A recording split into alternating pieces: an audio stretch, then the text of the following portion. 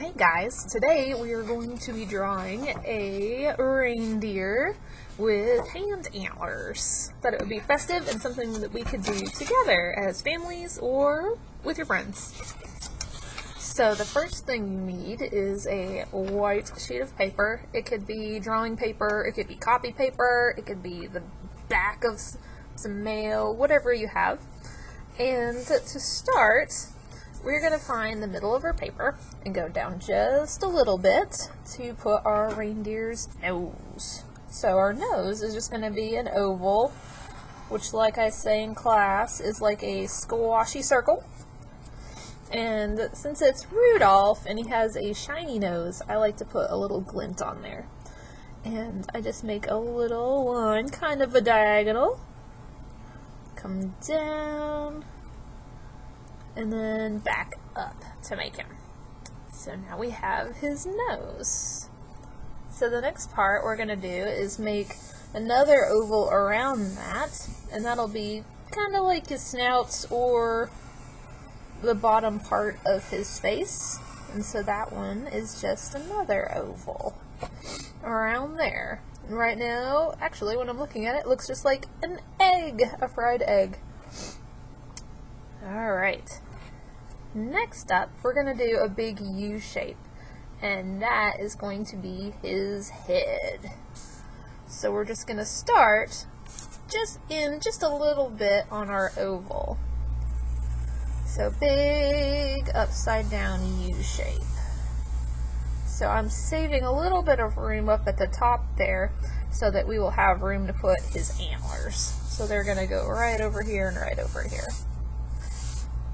Now, inside of his face, we're going to put his eyeballs. So those are going to be two more ovals, just standing upright. So while we're drawing Rudolph, we're basically just using super duper simple shapes. So I like to give him a little shiny sparkly eye, and you can do that by putting little circles in there. You could do a little shape like you put on the inside of his nose, and I'll leave it up to you whether you give him or her eyelashes. Could be either one. And our sciencey fact for the day is that reindeers, male and female, can have horns, which I always thought was super neat. Alright, so his ears, or her ears, are going to come out the sides of the head, somewhere just near where the tops of the eyes are. And that's going to be just kind of like a leaf shape. So we make two little curves down, and then we go to the point and bring it back in. And I like to show just a little bit of the inside of the ear, so you can just make another little curve that comes down. If it doesn't touch the point, that's okay. We've got our fabulous little ears. So, before we do our hands, since that's our big last part, we're going to do his body. And I'm just going to make two little curves down. This makes a real simple body. And we can also do the little part of the harness, or kind of like a collar, that goes around the neck. That. So it's just a little curve that follows the curve of the bottom of the face. Alright.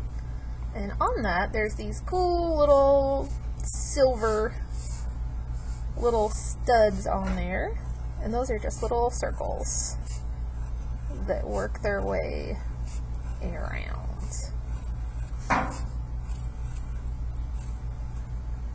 Easy peasy. Alright.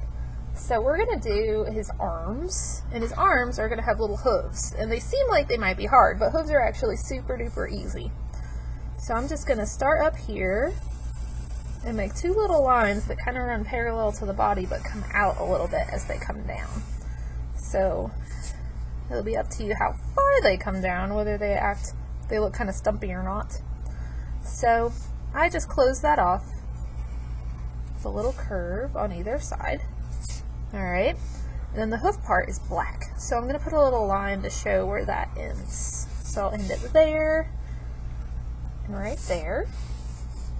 And right here, we're going to put a little upside down V. So this is going to be the little notch in their hooves. And so we don't need this little bitty line anymore.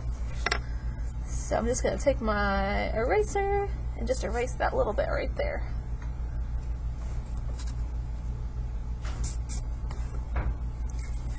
So we've got our nice little hoof notches.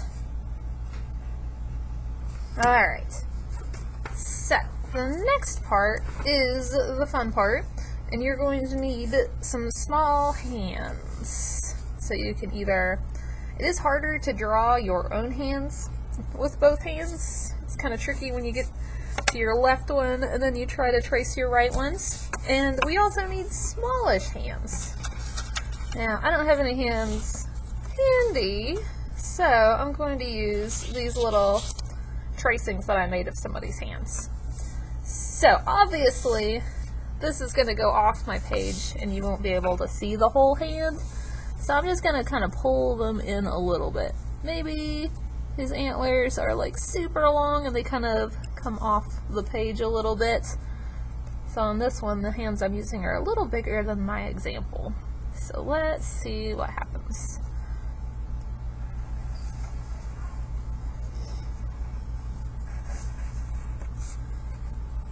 And when you're doing someone's real hands, you want to make sure that you are pushing your hands down really firmly on that paper. If you're not, when you go to trace around the fingers, their fingers will move. Alright, so I've got one antler right there, and actually I rather like that. And then my other one's going to go here.